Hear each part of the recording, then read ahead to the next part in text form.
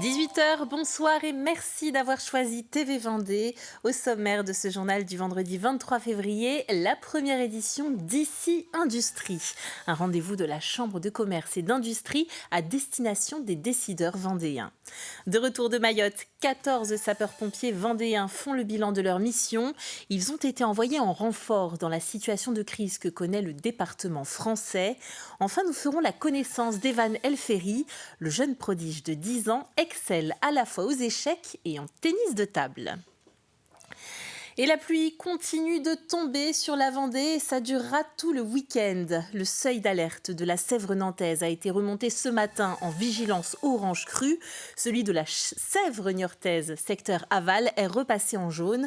On signale plusieurs communes inondées. C'est notamment le cas à Mareuil-sur-les-Dissay, Nieul-sur-l'Autise, Saint-Mémin et Saint-Laurent-sur-Sèvre. Les images que vous voyez nous viennent d'Auchet-sur-Vendée. À La Roche-sur-Yon, afin d'assurer la sécurité des usagers et contenir le phénomène de crue, la ville met en place un dispositif imposant notamment le blocage de certaines rues.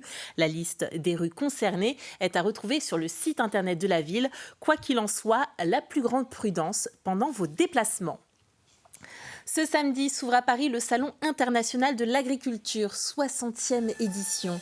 Ces images nous proviennent du Poiré-sur-Vie, point de ralliement de quelques éleveurs vendéens qui mutualisent un transporteur pour le déplacement de leurs stars.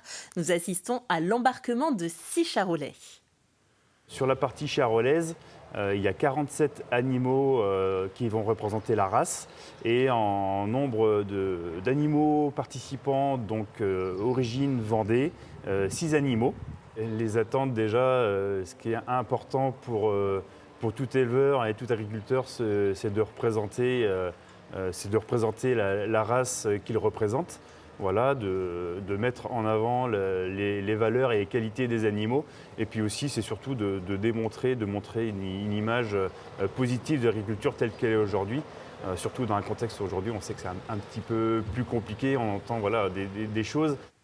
Vendée Expansion a signé une convention de soutien à des initiatives touristiques avec la société Emine, société qui gère le futur parc éolien en mer au large de l'Île-Dieu et Noirmoutier. Il s'agit de dresser les contours de l'action à venir pour impulser une dynamique de valorisation touristique en lien avec le parc éolien et notamment des visites guidées une fois qu'il sera mis en fonctionnement. Chaque année, Emine investit près de 150 000 € dans des partenariats avec des festivals et festivités locales, par exemple le festival Réveillons-nous ou le festival à tout vent.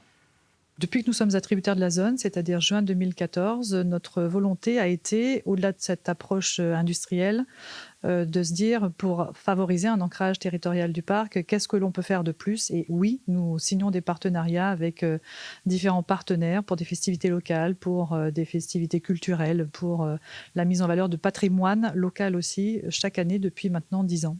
Nous avons partagé une vision commune qui est celle de dire faisons de ce parc un atout pour le territoire. On confie à Vendée Expansion une mission technique pour accompagner une dynamique, faire émerger une dynamique, en tous les cas on le souhaite, touristique en lien avec le parc éolien en mer.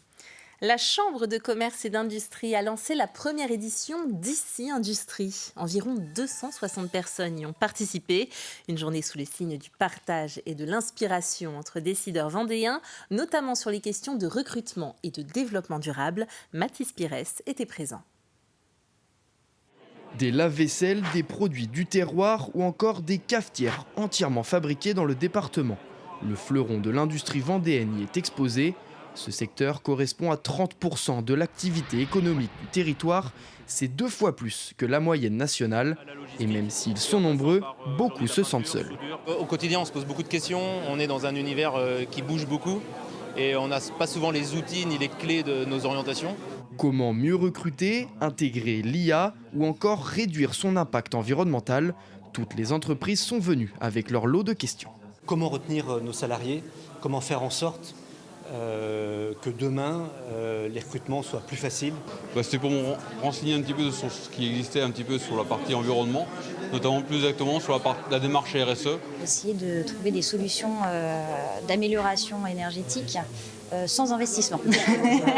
Alors, pour y répondre, une feuille, un stylo et retour en salle de classe. Donc on a réfléchi à pas mal de petits ateliers qui pouvaient, je pense, nous donner un peu de curiosité et nous amener vers une orientation de nos entreprises. Ça permet d'avoir des expériences différentes des autres collaborateurs ou des autres entités et de s'enrichir de l'expérience des uns et des autres et puis aussi être à jour de l'actualité par rapport à ces domaines-là. Ça permet de toujours rester en veille et de savoir si nous, on s'oriente aussi dans les bonnes directions, si on n'a pas oublié des choses, si on est aussi à la quête de bonnes pratiques. Donc oui, c'est toujours intéressant d'avoir ça en tête.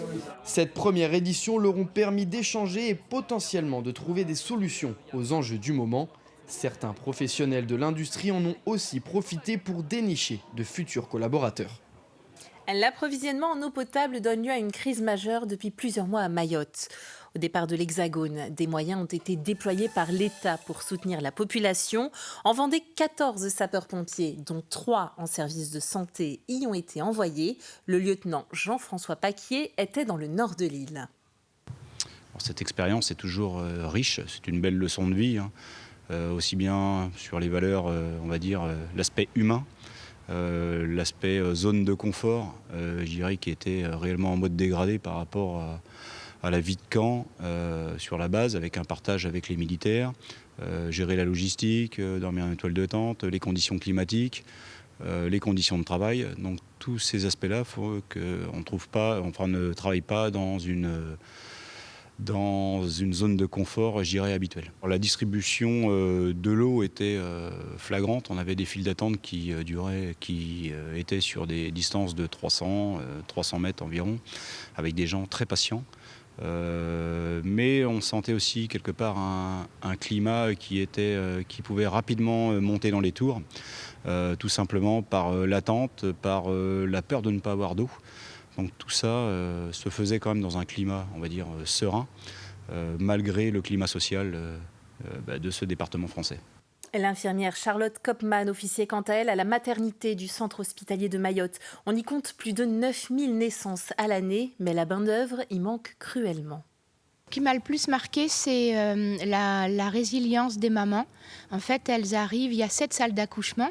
Et comme je vous disais, 25 accouchements par jour, parfois les salles d'accouchement sont occupées. Donc les mamans, parfois, elles accouchent dans le couloir.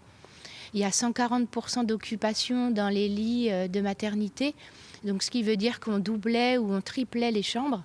Et personne ne se plaint. Elles sont heureuses d'être prises en charge avec du personnel soignant. Effectivement, il manque du personnel et ils ont un afflux énorme au service des urgences parce qu'ils ont énormément de passages, ils ont énormément aussi de passages à la maternité, que ce soit des mahoraises, que ce soit des mamans qui viennent accoucher des grandes Comores.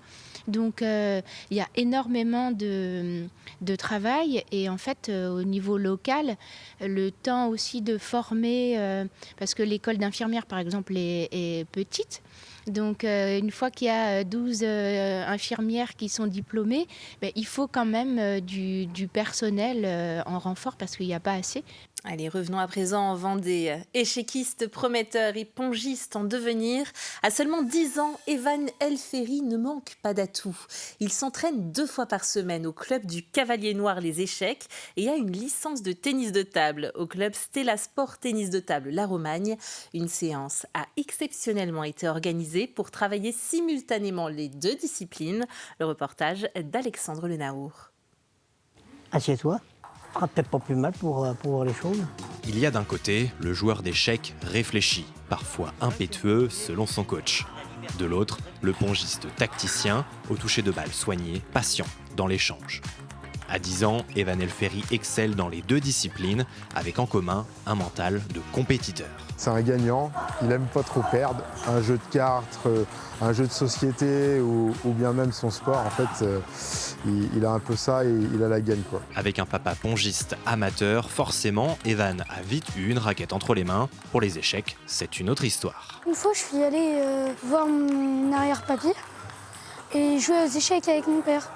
Du coup, moi, forcément, j'ai voulu y aller jouer et ils m'ont dit non. Et mon père, après, il m'a appris à jouer aux échecs. Je suis allée au club d'échecs, j'ai adoré. La séance du jour est unique. Une partie délocalisée à 30 km du club Herbretet d'échecs où évolue Evan, pour se retrouver au cœur du club de tennis de table de la Romagne, où Evan est licencié. À l'origine de l'idée, c'est Yannick Brancard qui y voit alors une complémentarité entre les deux sports. Pourquoi le tennis de table est complémentaire dans les échecs? Parce que les échecs, c'est un sport statique et qu'un enfant a besoin aussi d'un sport physique. On va amener un jeune à apprendre stratégie, analyse, à s'approfondir avec les échecs.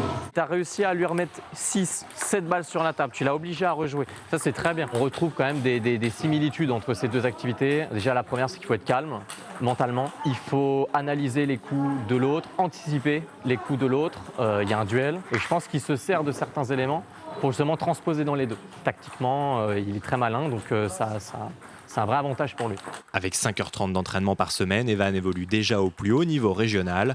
L'aîné de la fratrie frappe à la porte du centre d'entraînement du club de la Romagne. Objectif, prétendre à une place dès l'entrée en 6e. J'essaierai d'y aller au niveau maximum, en national, peut-être en pro, mais je pense pas qu'il faut vraiment s'entraîner.